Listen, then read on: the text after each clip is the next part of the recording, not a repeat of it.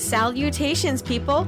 Welcome to Page 3 Killers, Murders That Went Unnoticed, a podcast where we dive into the murder cases that went unnoticed by our nation's newspapers. Hi, Shay. Hi, John. Hello, everyone. Hi, guys. Welcome back. Welcome to Page 3 Killers, Murders That Went Unnoticed, Season 2, Episode 44. I know, I actually had the titling right this time. You've been pretty good lately. I know, I've been trying. So this week we're going to be talking about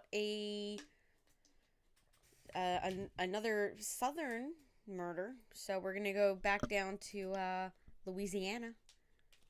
And we're going to be talking about the Bayou Strangler. Did he strangle people in the bayou? Yeah, pretty much. Yeah. His name... Called it. Yeah. His name was Ronald Dominique.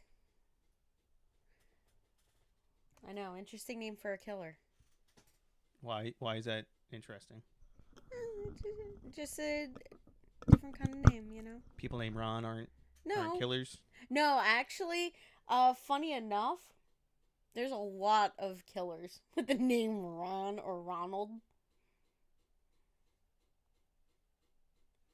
So what's unique about this guy's name? Oh, Dominique? his last name. Yeah. So this guy was active between 1997 and 2006, and you'll see once we get into it. It's pretty interesting. I believe he's believed to have murdered and raped at least 23 men in Louisiana. So he's one of those killers. Yeah. So he didn't target women; he targeted men. Which is it kind of even more interesting than serial killers that just target prostitutes. To me. Because it's a little bit of a different dynamic. It's a challenge. Yeah? You think that's what he thinks? No, but killing men is harder than killing women. Yeah. That's true. Generally speaking, not to make too big of a stereotype. But okay. Well, before we get into the rest of our topic, I just wanted to give a shout out to our patrons on Patreon. Thank you to Christy Bryson, Chelsea Hargrett, and Stacey Fragale. Thank you guys for donating on Patreon. We appreciate your guys' support. If you guys out there want to support the podcast, you can hit us up, like, share, subscribe, or you can hit us up on Patreon and support the podcast for as little as $1 a month. Yeah.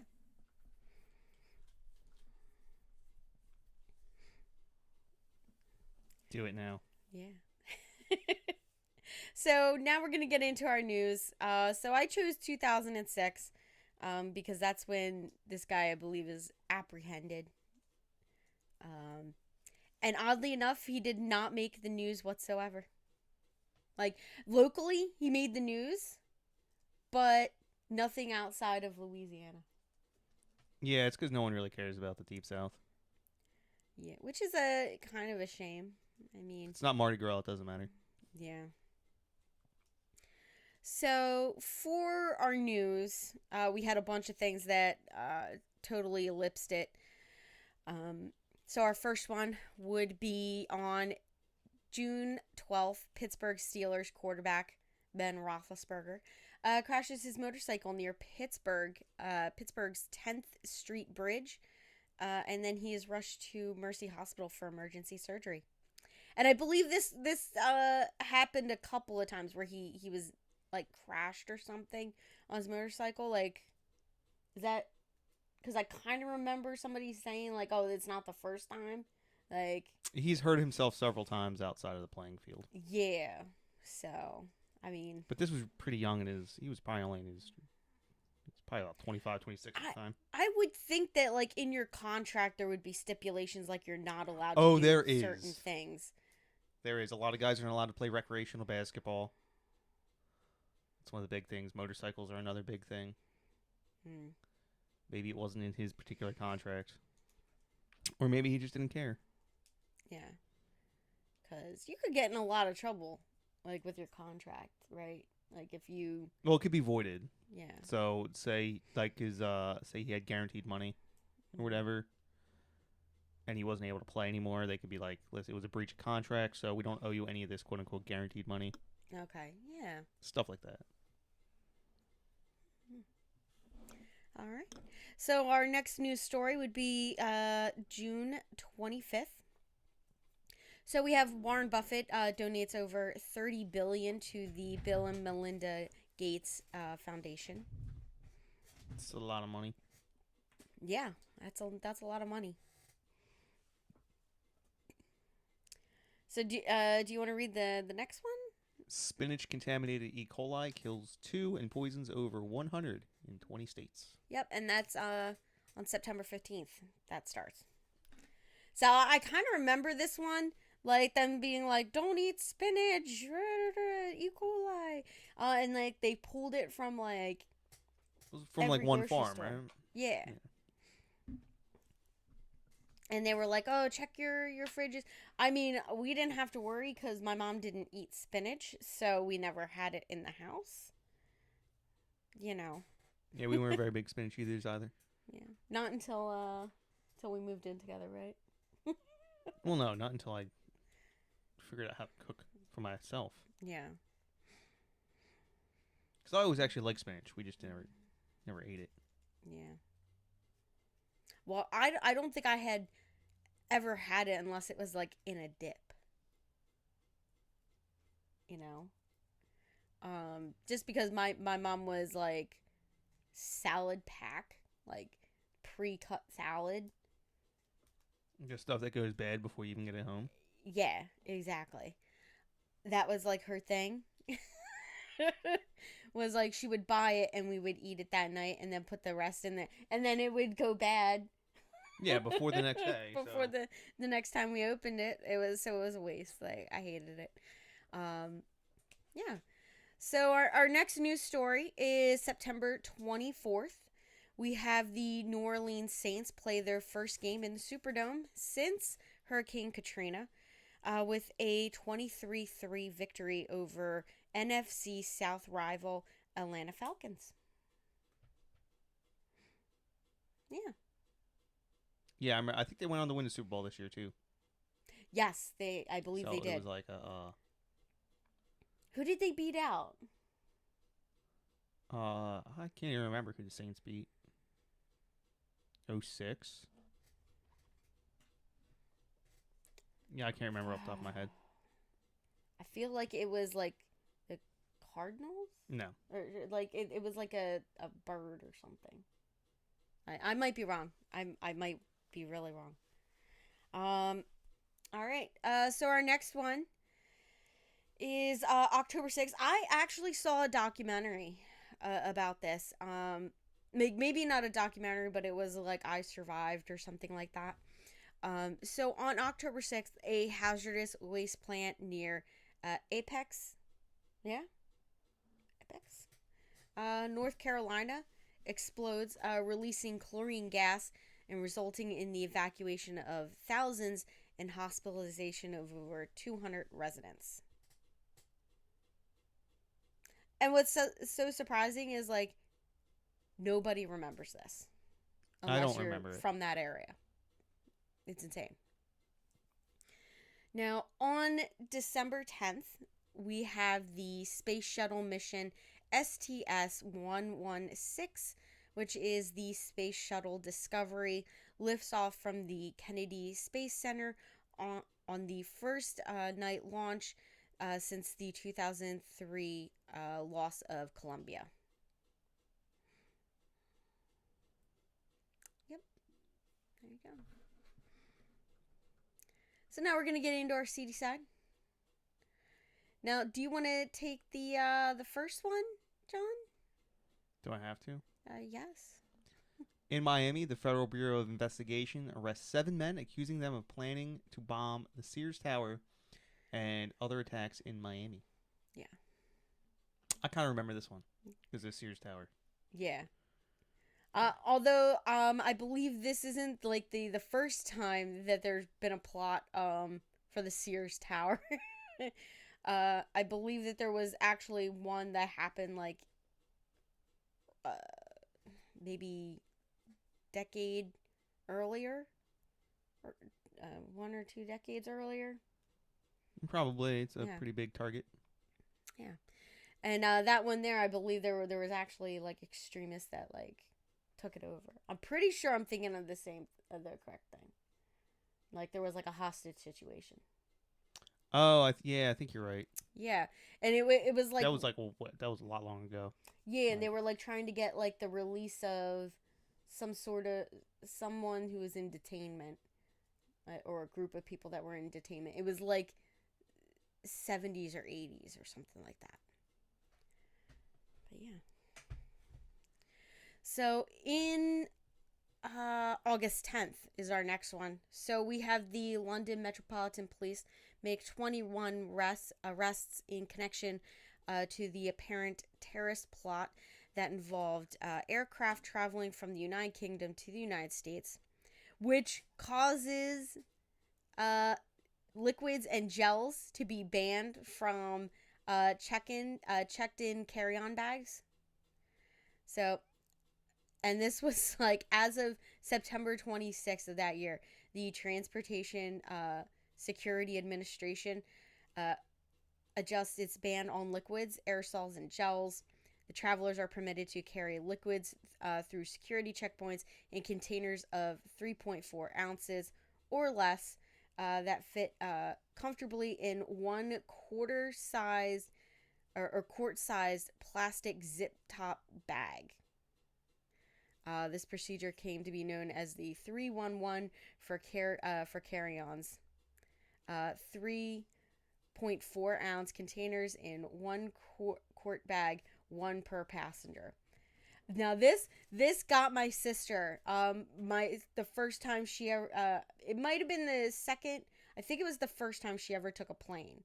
She was flying to Florida with my aunt, I believe, and she had just bought shampoo and didn't know that there was like a regulation because she hadn't been on a plane before.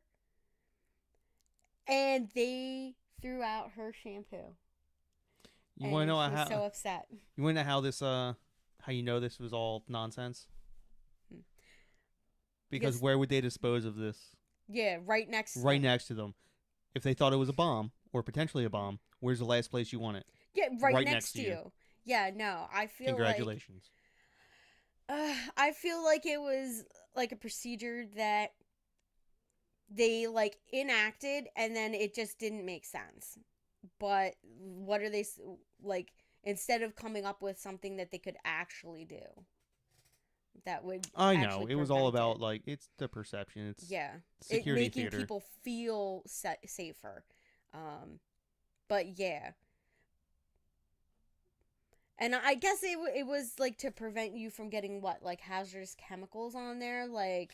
Well, theoretically, you could bring on two. Like if you were able to bring on two chemicals that were not, or that could be combined. Yeah.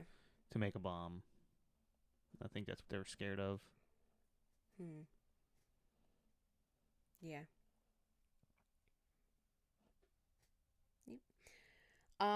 And then I believe that they ended up changing this because they had to then allow people that were breastfeeding, like, or had babies to have their, like, breast milk.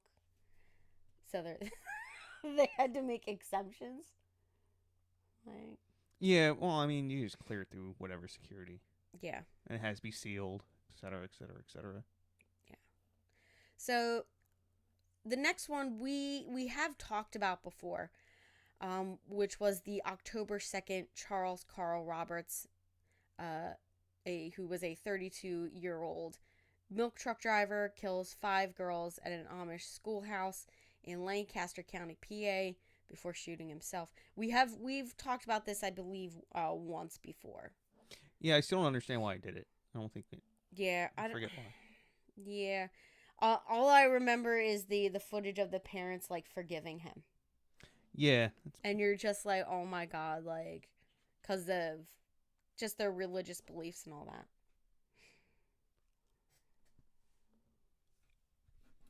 I don't know. Somebody kills my kid. I don't know if I'm going to have it in my heart to forgive them that easily. But, I mean, hey. All right, now we're going to get into the nitty gritty here. We're going to start talking about Ronald Joseph Dominique. Now, he was born on January 9th of 1964 in Thibodaux. I did look that up. Thibodaux, Louisiana. Now, he was the youngest of two children. Now, his parents were, poor laborers that lived in a trailer park located on the outskirts of the city. Now, his family's financial circumstances were kind of rough, and he lived most of his childhood and adolescence in poverty. Now, he still managed to attend the local Thibodaux High School, which he graduated from in 1983. After that, he did go to a university. So he went to Nichols State University, where he studied computer science. He was ahead of the game. Yeah. So, however, he quickly lost interest in that and dropped out in the mid-'80s. You fool. Yeah. Right when it was like about to boom. That was back when it was still easy. Yeah. I mean, that's around the time my mom had a job where her job was to break. Like the late 80s and early 90s, her job was to like break computers. So she would just hit buttons and then write down what buttons she hit, what combination, and what error popped up. Because they were still mapping things. Yeah. They were still learning it, which was kind of crazy. I remember having the computer with the MS-DOS. You like logged in and they had like all these like really low-tech video games and all that. Yeah. It was kind of interesting, kind of neat, kind of fun. Now, during his school years, Ronald was known for his gloomy temperament, his lack of communication skills, and weight problems. So, yeah. These coupled with his low self-esteem and poor health made him a target for bullying.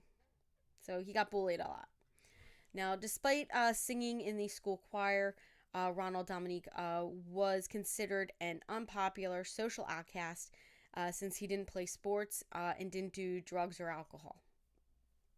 So shortly after leaving school, he discovered within himself that he was gay, that he didn't particularly, like women sexually. He liked men. So, however, some of his classmates had seen him, I guess, at a gay club or something, and they harassed him about it. So he then began to vehemently deny that he was gay. He didn't want to be openly gay.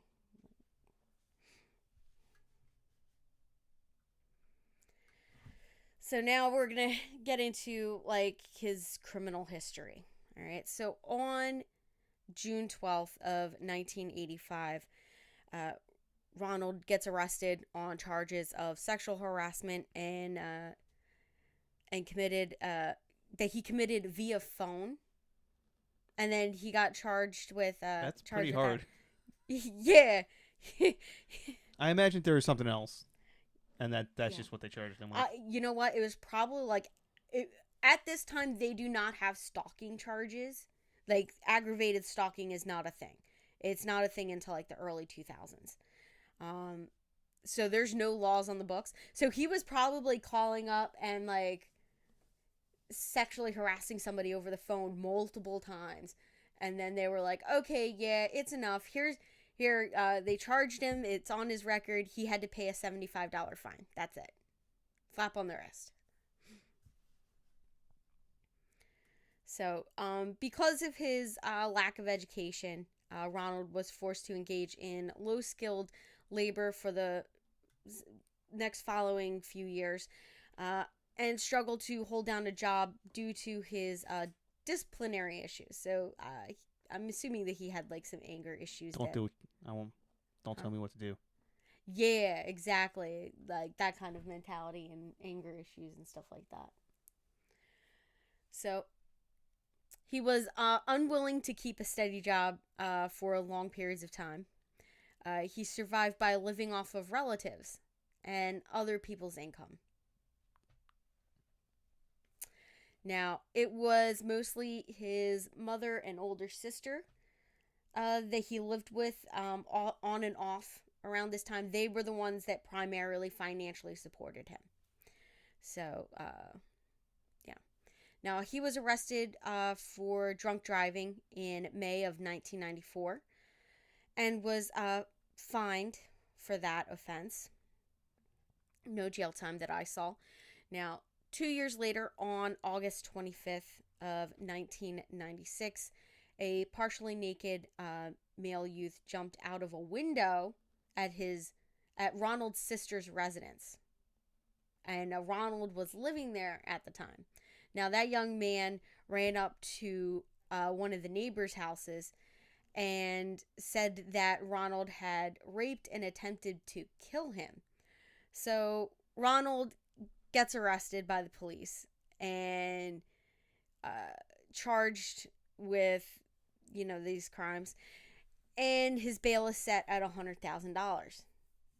Now, when the case was transferred to the court system, the prosecutor's office was unable to locate the alleged victim or establish his identity, eventually resulting in the case being dismissed in November of that year of 96. So, yeah.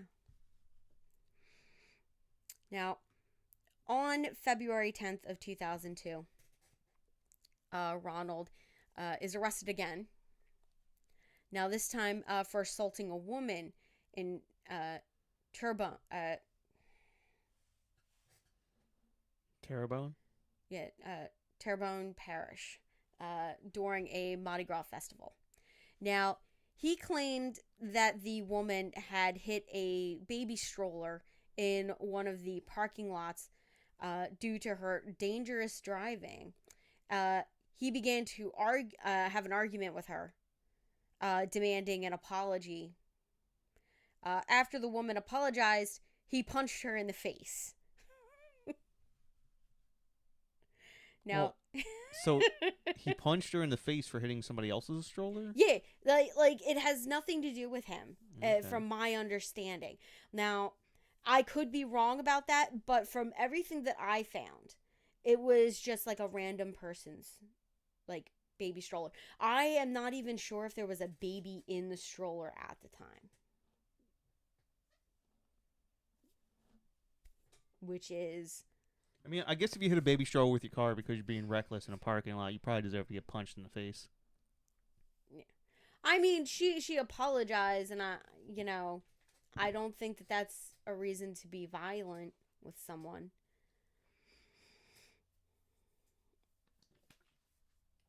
Yeah, until it's your baby stroller that got hit. Well, I mean, the fact that he has nothing to do with it. It's not his baby, not his stroller. Like, he was just there.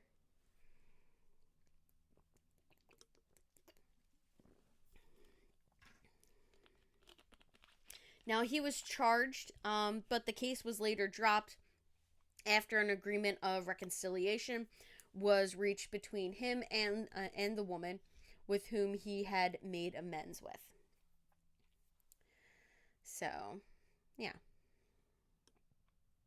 Now, as a not an openly gay man, Ronald did not marry and did not have any children, obviously. Now, he preferred to spend most of his free time at gay bars, often dressed as singer Patti LaBelle, of whom he was a great fan.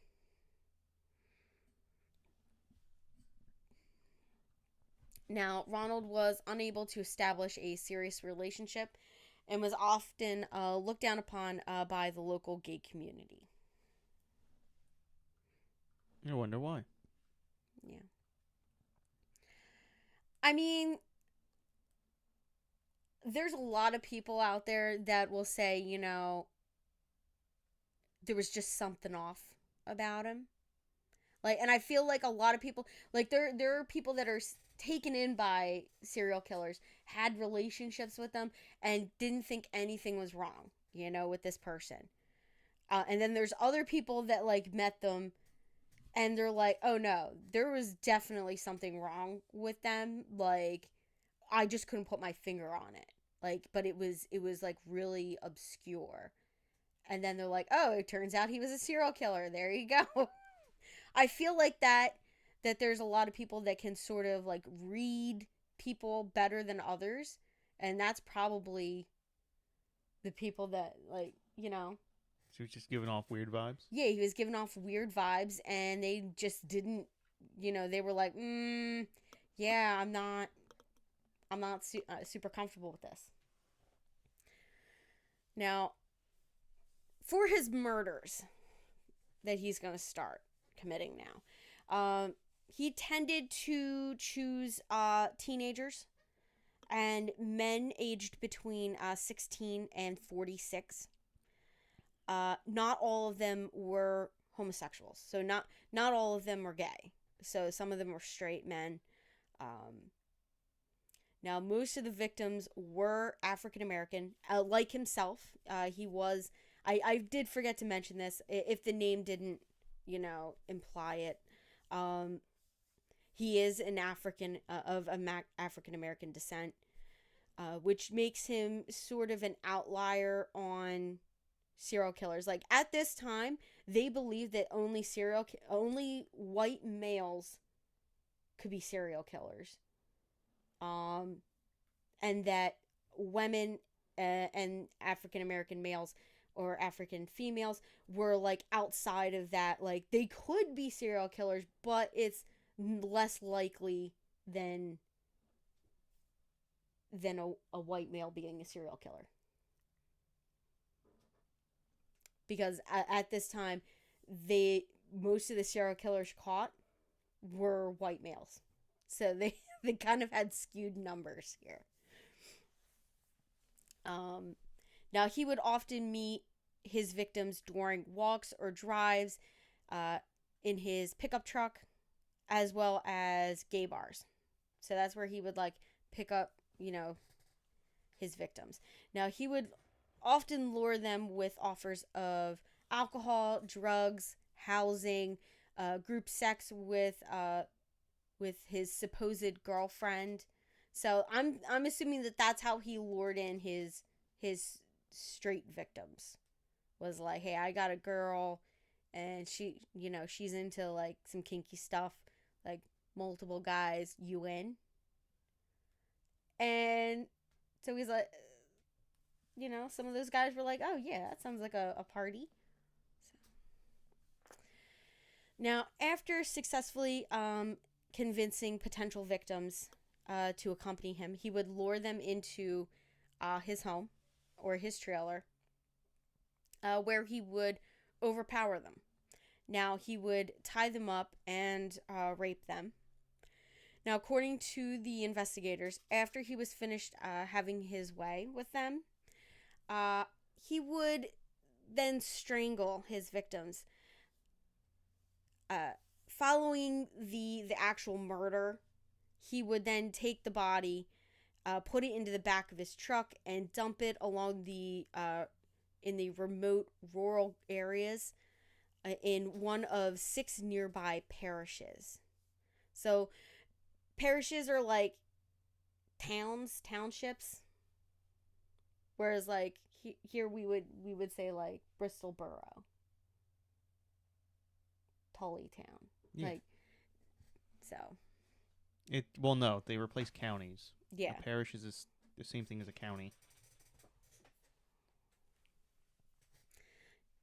So, the murders began in July of 1997, with his first victim being a 19-year-old African American named David Mitchell. Now, David was picked up while hitchhiking from his grandmother's house after attending a relative's birthday party. So his body was found on July 14th, 2 days after he was last seen. Now, he was found in a ditch along a highway near a wooded area in the St. Charles Parish area. Now, forensic research showed that the ditch water in David's lungs had no. He had the water in his lungs, so he drowned there. And with no traces of physical trauma, drugs, or alcohol, his death was ruled an accidental drowning. However, his father, David Mitchell's father, insisted that his son was an excellent swimmer and that he had been murdered. There's no way that he would have drowned because he was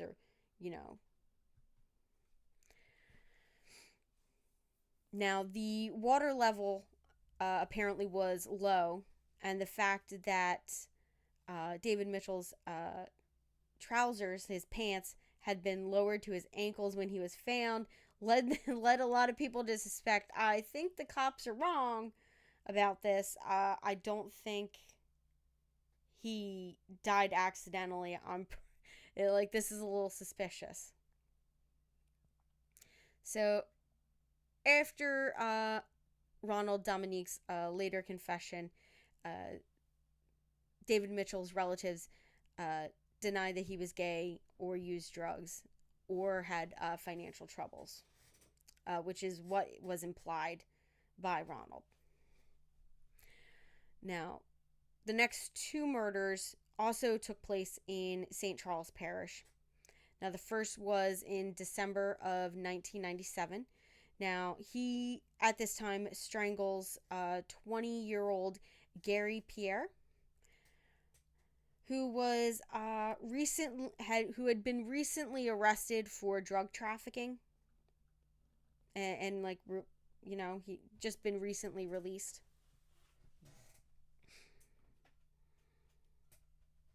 Now, his body was found fully clothed, with no signs of physical trauma or drugs found in his system.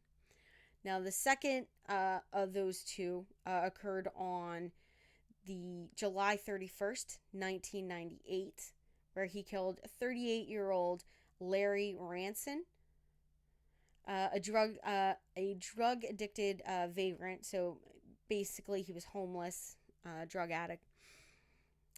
So Larry was the first victim that apparently Ronald subjected to bondage. So he tied him up and all. Now, in early October of 1998, Ronald meets 27-year-old Oliver LeBanks, maybe, in Mater. I have no idea. It's French. Yeah, Mater County. After his arrest, he claimed that the drug-addicted Oliver offered him sexual services in exchange for money. Now, after one encounter in which Ronald had sex with Oliver, Ronald said that he beat and strangled him to death. And then he left his body to basically decompose on the outskirts of Mater County, or Mater Parish, where it was found on October 4th. Now, during the autopsy, traces of Ronald's semen was found on Oliver's body. Now, relatives and friends of Oliver later confirmed that he was only recently resorted to leading a homeless lifestyle after he had been fired from his job for using drugs. Now, in October of 1998, he met 16-year-old Joseph Brown in Keener and lured him into his truck. It's believed that he was going to like sell him crack cocaine or something like that. Now, after sharing it together, apparently, Ronald beat the teenager several times in the head with a blunt object, then strangled him with a plastic bag. Now, a month later, he would meet 18-year-old Bruce Williams, who fell victim to Ronald in similar circumstances as his last victim, which would be Joseph Brown.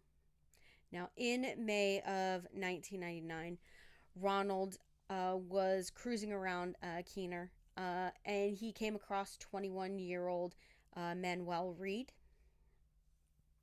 who offered to sell him drugs. Now, he agreed to the offer. Now, Ronald let him into his truck, where he then raped and strangled Reed. He later dumped his body in a dumpster in the city's industrial zone, about a mile from where Joseph Brown's body had been found. Now, our current victim right now, which is Manuel Reed. Now, like Oliver LeBancs, semen traces were found on his body belonging to an unknown male. Now, a month later, Ronald Dominique killed 21-year-old Angel Mejia, a hobo with past convictions for drug possession. Now, at first, Ronald tried to dump Mejia's body into a dumpster, but after discovering that it was full, he ended up discarding him like on the street instead. Now, the coroner, after examining the body, concluded that the victim had been tied up with a rope prior to his death. Now, while investigating the killings, law enforcement established that Mejia, Brown, and Pierre all had known and lived within close proximity of each other. So they were kind of associated together. Now, in late August, Ronald met 31-year-old Mitchell Johnson, and he offered him drugs in exchange for sexual favors. Now, he says that he took Mitchell Johnson to the forest outside of Mater County, or Mater Parish, where he tied him up, raped, and strangled him. So Mitchell's fully nude body was discovered on September 1st.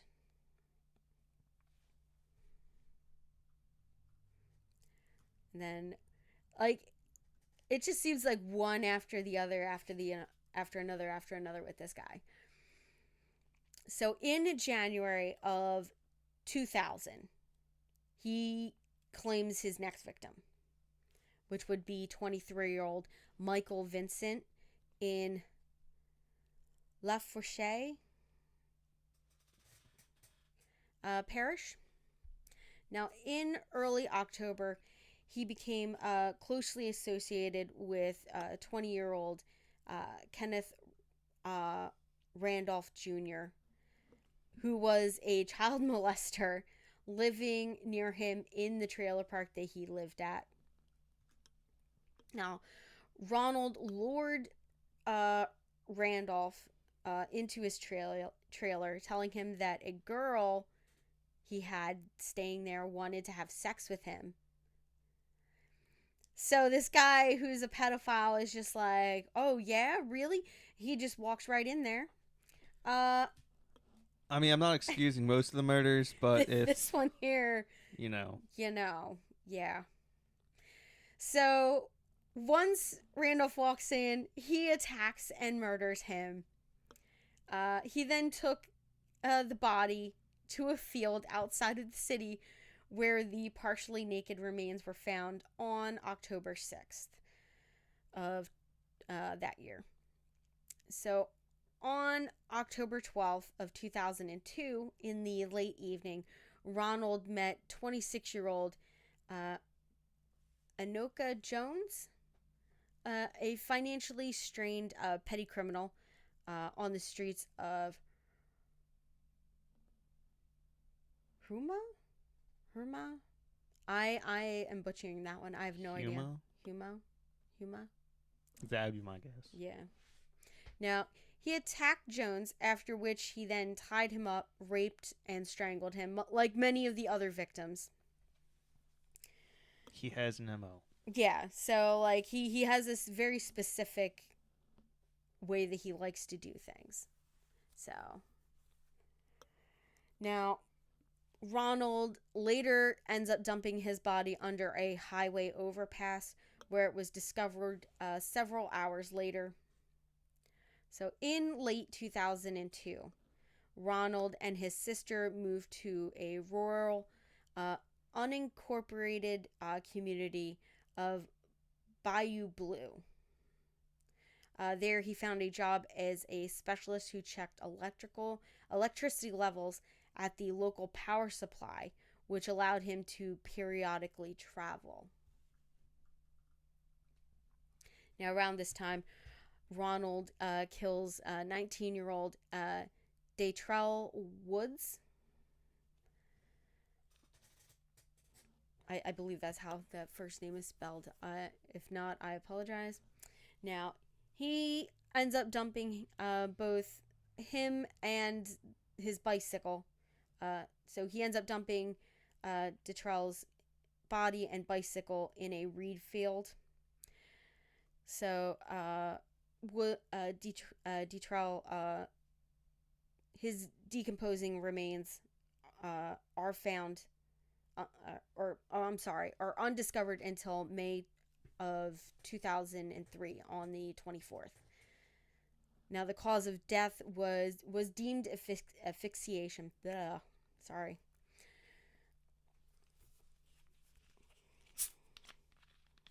Dry mouth. There we go. That's better. Now, however, until Ronald's arrest, it was considered to be an accidental in nature death, since the victim was known to suffer from asthma.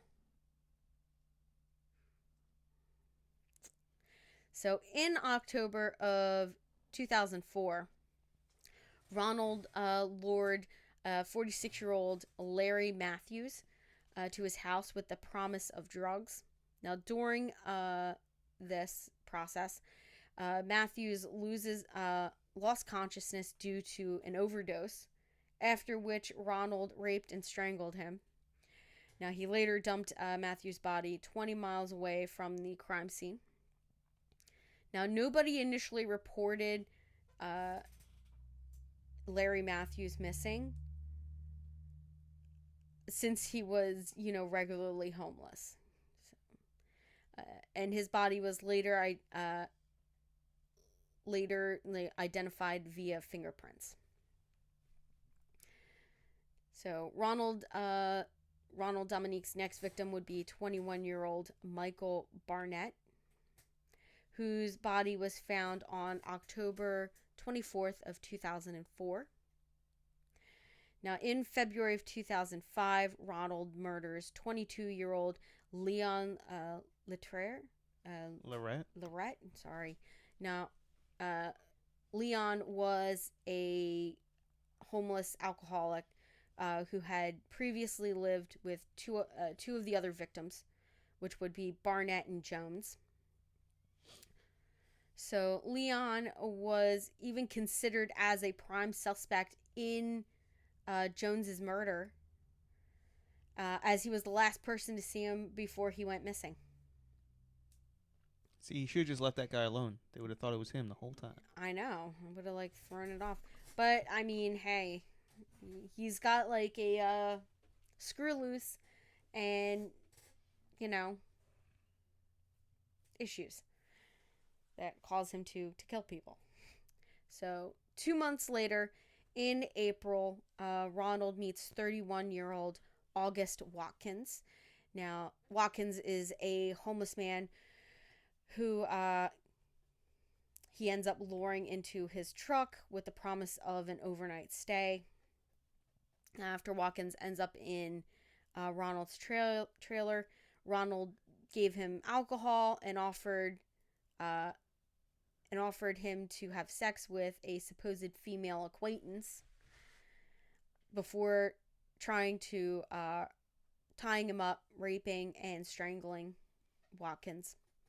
Now, after Watkins' body is discovered, police begin to consider for the first time that they might have a serial killer active in Keener and Huma.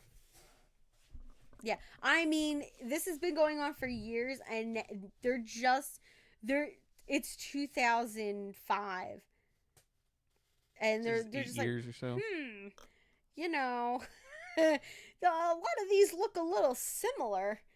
And that's literally what they say to themselves. They're like, since these areas demonstrate a striking similar modus operandi, these murders, maybe it's one person, So they decide that they're going to hand everything over to the FBI. So the FBI comes in and starts investigating these. Now, a few days after killing Watkins, Ronald ended up killing 23-year-old Kurt Cunningham. Now, later that summer, he ended up murdering a 28-year-old named Alonzo Hogan in St. Charles Parish. He then murdered 17-year-old Wayne Smith in Terrebonne Parish.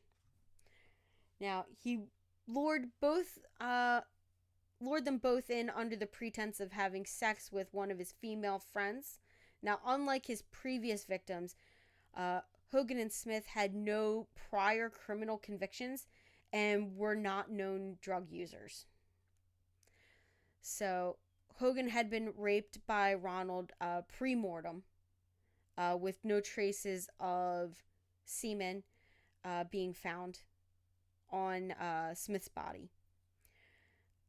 Both bodies had been disposed of in a canal. Now, Smith was discovered a few days after Hogan. Now, in September of 2005, Ronald murdered 40-year-old Chris DeVille, who was trying to hitchhike out of Napoleonville following Hurricane Katrina.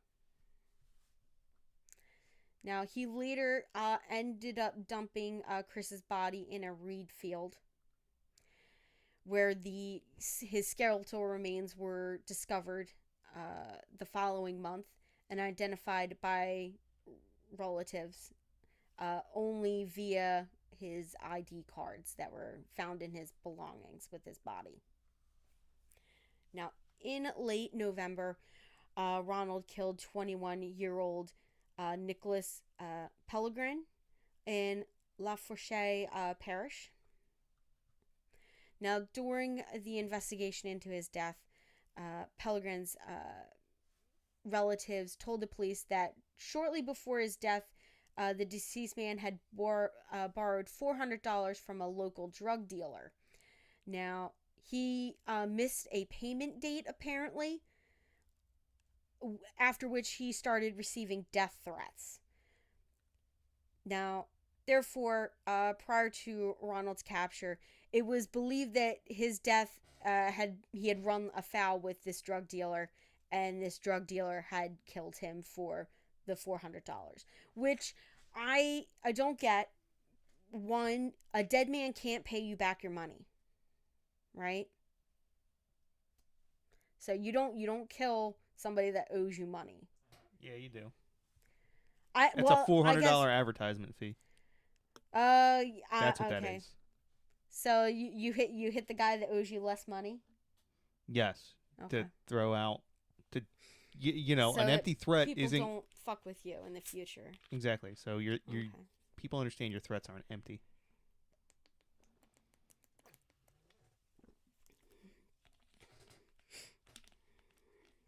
Now, Ronald's last confirmed victim was 27-year-old Chris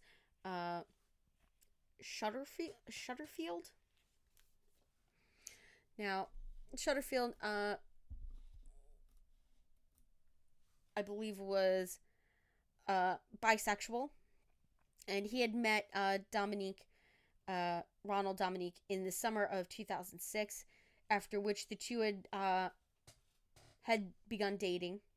Now, on October 14th, while on a date together in Iberville Parish. I'm butchering that one. I know I am. Ronald ended up hitting Christopher on the head with a heavy object, causing him to lose consciousness. Now, after finding his body, police interviewed Christopher, his relatives, friends, and acquaintances, all of whom confirmed that he had been last seen with a man driving a black SUV. But they were unable to describe the companion's appearance. So yeah. So that is his last known victim. All right. Now, in November of 2006, Ronald came under police suspicion after Ricky Wallace, a resident of Bayou Blue, reported that Ronald had lured him to his trailer in middle of 2006 with an offer to share drugs and have sex with a girl. Now, after Wallace entered the trailer, according to his testimony, Ronald then tried to convince him that his girlfriend enjoyed bondage and offered to tie Wallace up. So Ricky Wallace was like, I'm not into that. So he flatly refused. And soon after, he was allowed to leave. So his testimony was questioned at first because he was a drug addict and he repeatedly lied in the past. Ronald was questioned by police while he was held at the station. Now, Ronald agreed to donate a blood sample. Now, the DNA testing matched Ronald's profile with that of the killer, who had left behind semen traces on the body of Oliver LeBanks and Manuel Reed, resulting in an arrest warrant for those two murders. So on December 1st of 2006, Ronald Dominique was arrested at a homeless shelter. Now, after his arrest, he told police that he knew it was a matter of time before he was captured, and so he had moved out of his sister's house in order not to inconvenience her, which I think is kind of nice, you know. I mean, they're still going to go searching through her home because that's where he committed several of his murders. So, I mean, it's not in any way not going to traumatize her, but I guess he didn't want her to see, like, the actual police takedown, like, at her home happen. Like, that, I mean. So, once at the police station, Ronald Dominique expressed his desire to cooperate with the investigators and readily confessed to 23 murders and described them in detail, most of which is not written anywhere. So, I mean, it might be in, like, the trial transcripts, which I was not able to get a hold of. Now, as a result, charges were brought against him, but despite his confession, Ronald Dominique refused to admit guilt in the attacks. Now, he stated that most of the victims, due to their addictions and other factors, voluntarily agreed to be tied up, handcuffed, and treated in similar manners, since they wanted to earn money. Now, if the potential victim refused to do so, he would let them go without harming them. But if they agreed, he would murder them.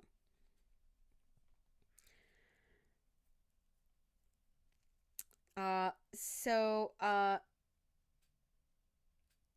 basically they believed the motive for the murders was that, he was just getting rid of witnesses that could, lead to him serving prison time. So, like, the rape was, like, the main thing, and then the murder was just to cover up the rape. Which I don't know. Like, I can see that, but I'm not necessarily sure if I think that, because having that set motive of strangling somebody, that's like really up close. That takes time. That takes like 5-6 minutes that you're or more to like kill somebody. And that's like deeply personal. Like, that's not just something that you do if you don't need to. Like, there was other ways to like kill them if it was simply just to avoid having a witness to, or like a potential victim, right? Oh, it leaves less evidence. Like if you shoot someone or stab them or cut their throat, that leaves biological evidence. Yeah. I mean, yeah, like if you cut your hand and stuff like that. Um, that's true. Hmm. Now, according to Ronald, after after his 1996 arrest for rape, he was strongly impacted, allegedly remaining in constant negative in a constant negative emotional state, and even began to show symptoms of mental disorder. He said, which was like pushed him to committing the rapes and murders. So, after accepting a plea bargain from the prosecutors in September of 2000, or September 24th of 2008, the court found Ronald guilty on all charges and sentenced him to 8 life sentences without parole. Like, just like straight up 8. You can't serve that many life sentences. You only got one life. You know?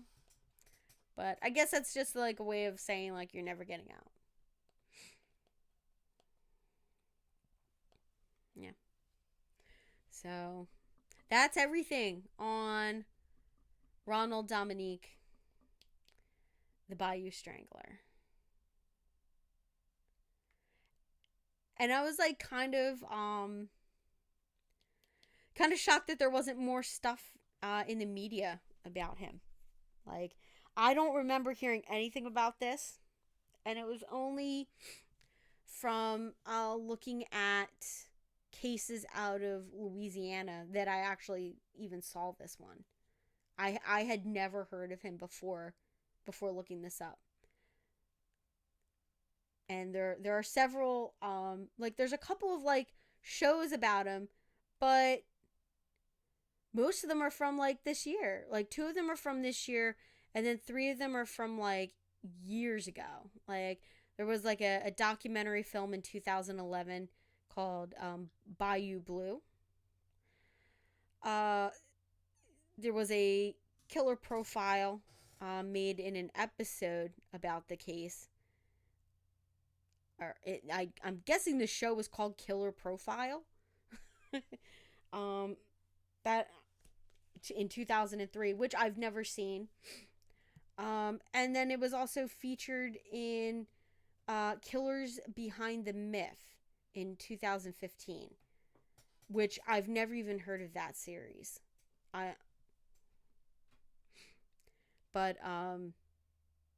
Yeah, and then the other ones like Oxygen Network, which nobody watches. Right? I mean, and then A&E had and that's from this year. So they had an episode in a TV series titled First Blood. They did an episode about Ronald's childhood and his murder spree. So yeah, that's it. I was surprised. I hadn't heard of this guy. I hadn't seen any of these, which is really strange because I've seen a lot. But yeah. So what'd you think?